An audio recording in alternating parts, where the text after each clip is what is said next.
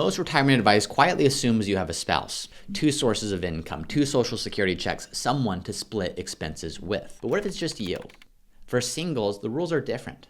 The margin for error is much smaller, but the potential freedom is much larger. So today I'm going to walk you through 3 steps to build a retirement plan that gives you confidence, not because you have a backup plan, but because you are the plan. And to do this most effectively, I'm going to tell you right now what those 3 steps are, but then I'm going to show you how those apply to a sample case study so you can understand the nuance here and how each of these steps ties into each other, and most importantly, how these steps are going to be different for a single individual than for someone that's married. But step number 1 is design your freedom number. Step number 2 is map your reliable income sources. And step number 3 is build a portfolio with purpose. Let's jump into a case study here to show you what this looks like. So let's jump into Tina's sample case study so we can actually illustrate these concepts in practice. So here's Tina. She is 62 years old today. She has some money in the bank. You can see she has about $2.2 million in investment accounts.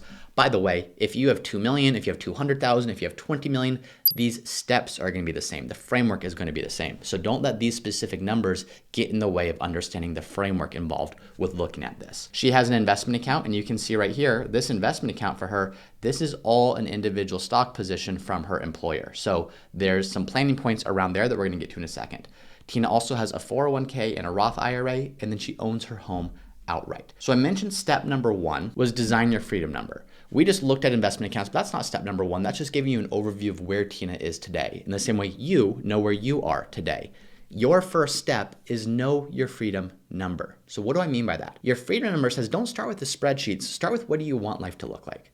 What are you doing in retirement? Are you traveling? If so, is it domestic? Is it international? Are you participating in social clubs? Are you doing a lot of volunteering? Are you spending time with friends and family? What does retirement look like?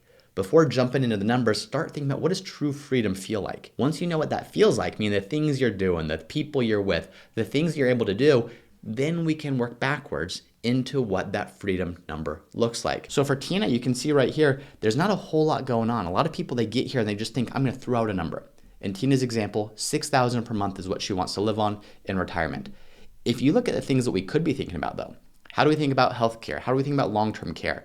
Is she sending a child through college? Is there a new vehicle purchase? Is there vacations? Is there a wedding for a child or a grandchild? Is there property purchase, asset purchase, gifts, personal gifts, charitable gifts?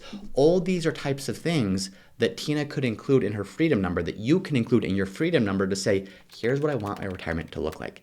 That is step 1. Specifically, if you are single, this is your version. This is what you want retirement to look like. If you're a married couple, both of you are having a say in this, and hopefully there's a lot of alignment there, but sometimes things look differently.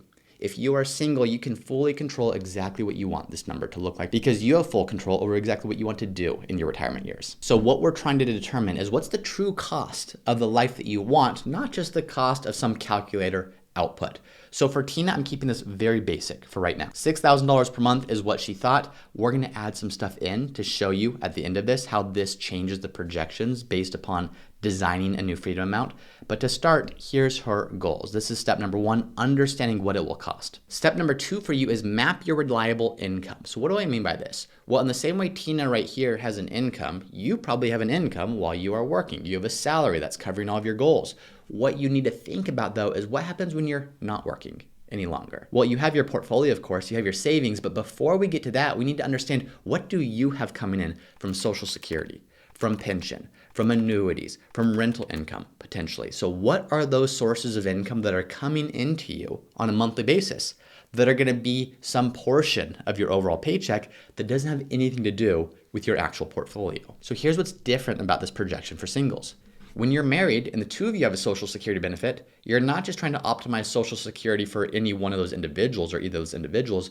You're trying to say what's going to both maximize lifetime income, but also provide for a surviving spouse. And so sometimes the benefits or the decisions that you're making aren't just about maximizing income, it's about maximizing protection for a surviving spouse. If you're single, that is not part of the equation. If you are single, it's all about how can I maximize my lifetime income? How can I stretch this benefit furthest? Now, quick side note, if you are single but you were previously married, keep in mind you are still eligible for a spousal benefit or a survivor benefit on your ex-spouse's Social Security income. So just because you're single doesn't necessarily mean that there's not also something that you can tie into or collect in your working years. You must have been married for 10 plus years, but just keep that in mind that even singles sometimes are able to collect spousal and survivor benefits. So the reason this is step 2 of map your reliable income is because what we did first is we mapped out your freedom number. That freedom number says, here's the money, here's what we need to spend so that you can live the life you want to live. What we're solving for next is how much of that freedom number is going to be covered by Social Security, pension, annuity, any other reliable income source. Notice I'm not including portfolio withdrawals yet. The reason we do the second is because now you are going to have a gap here between what you want to spend, in Tina's example, $6,000 per month, and what she has coming in from a reliable income source, which in this case you can see for Social Security is $3,300 per month. But that $3,300 per month is at age 67. You can see here she's actually planning to collect at age 65, which means she'll get her benefits sooner, but there is a bit of a reduction. But nonetheless, this is a reliable income source for Tina. This is part of that step 2. Now, finally, step 3 is build a portfolio with purpose. Now, I'm making a bit of a jump here from reliable income source to portfolio. I want to fill in the gap for you real quick. So step 3 is designed to tell you how much do you need to be able to retire with confidence as a single individual.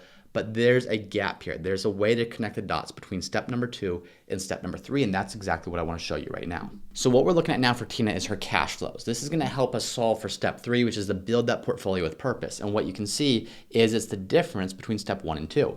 Lots of numbers here, but essentially what we're looking at is, number 1, what are Tina's expenses? So I'm going to fast forward here to her retirement year. Her first full year of retirement, $6,000 per month, $72,000 per year. In today's dollars, that's $72,000, but after a few years of inflation, that goes up to $81,000, $83,000, $85,000 and beyond. This first year is lower simply because she retires partway through the year and it's not capturing a full year. But what this is showing is her freedom number as we've defined it. What this is showing is what reliable income sources will Tina have. Well, for the next few years, she'll have her salary. Her salary will cover all of her needs, but that goes away when she's done working. What kicks in is Social Security. You can see that Social Security benefit right there. This is one source of income designed to help her, designed to help you meet your income needs throughout retirement. So as we go back here, what we're looking at is really the difference between this income source and the total outflows, the total expenses. These total outflows are showing how much does Tina want to spend and how much might she owe in taxes in that year. Here's that combined total amount.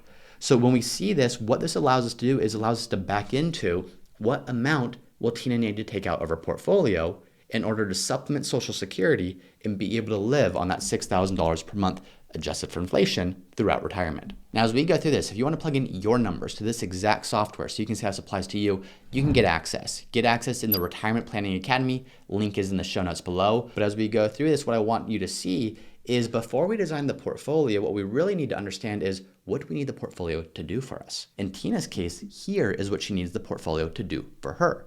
What she needs her portfolio to do for her is to generate $49,000 of income or distributions in this year so that she can add that to her Social Security, be able to pay this tax payment, and have the equivalent of $81,000 left over for her to spend. You can see how this number changes over time as inflation increases over time. But the takeaway is this. What does Tina need to do is she needs to say, can my portfolio support that? Can my portfolio support $50,000 per year? Now, if she only has $50,000 in her portfolio, probably not. You're going to spend through that the first year of retirement. If she has $5 million in her portfolio, can she support that? Well, yeah, that's only a 1% withdrawal rate.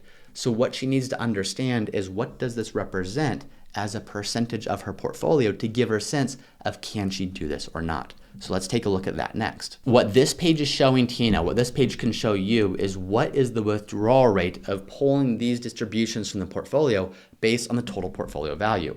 You can see for Tina, this withdrawal rate is about 1.5% and declining. It bumps a little bit right here, but that's just because required distributions kick in and she's gonna be forced to take more out of her portfolio, not necessarily because she needs to take more from her portfolio. But even when that happens, she's still taking a very low withdrawal rate. So as we go back to Tina, what does this mean for her? Well, let's go back to step 1.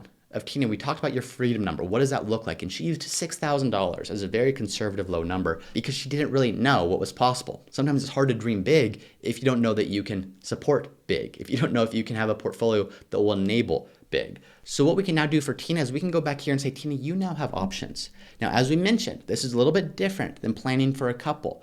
Everything is on her. It's just her Social Security benefit. It's just her savings. She needs to make sure this lasts because there's no one to support, no other benefits to kick in, no one to share expenses with. So we need to be mindful of that. But we also need to be mindful of the fact that if Tina does not do anything, she's projected to have her portfolio continue growing into retirement such that she passes with $11 million. If I was to ask Tina, is that your goal to pass with $11 million? The answer is almost certainly no. My guess is she would much rather retire earlier, spend more, do some combination of those along the way so that she can fully enjoy what she has worked for. So if we look at this, the first option I can show Tina is, Tina, what if you stopped working today? What if $6,000 truly was the number that you wanted to live on? Could you do that and stop working today? And what we can see here is the answer is yes. There's fewer dollars in her portfolio, but if we look at the odds of success, the Monte Carlo analysis, it's still an extremely high probability of success. So when looking at this, the first question is, do you want to retire early or not? Now I would say this very much depends upon how much Tina enjoys work. If you enjoy work, by all means keep doing it.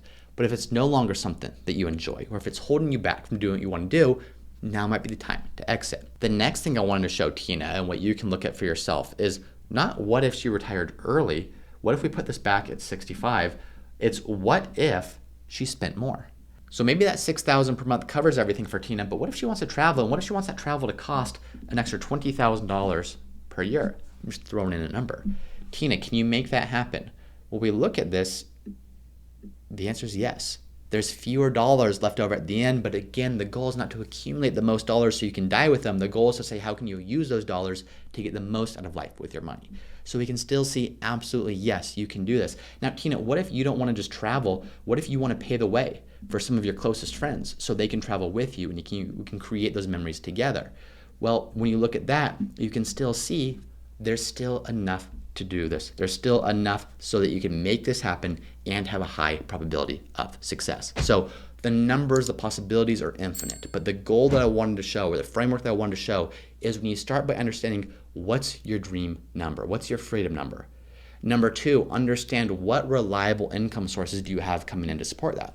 In this case, Social Security.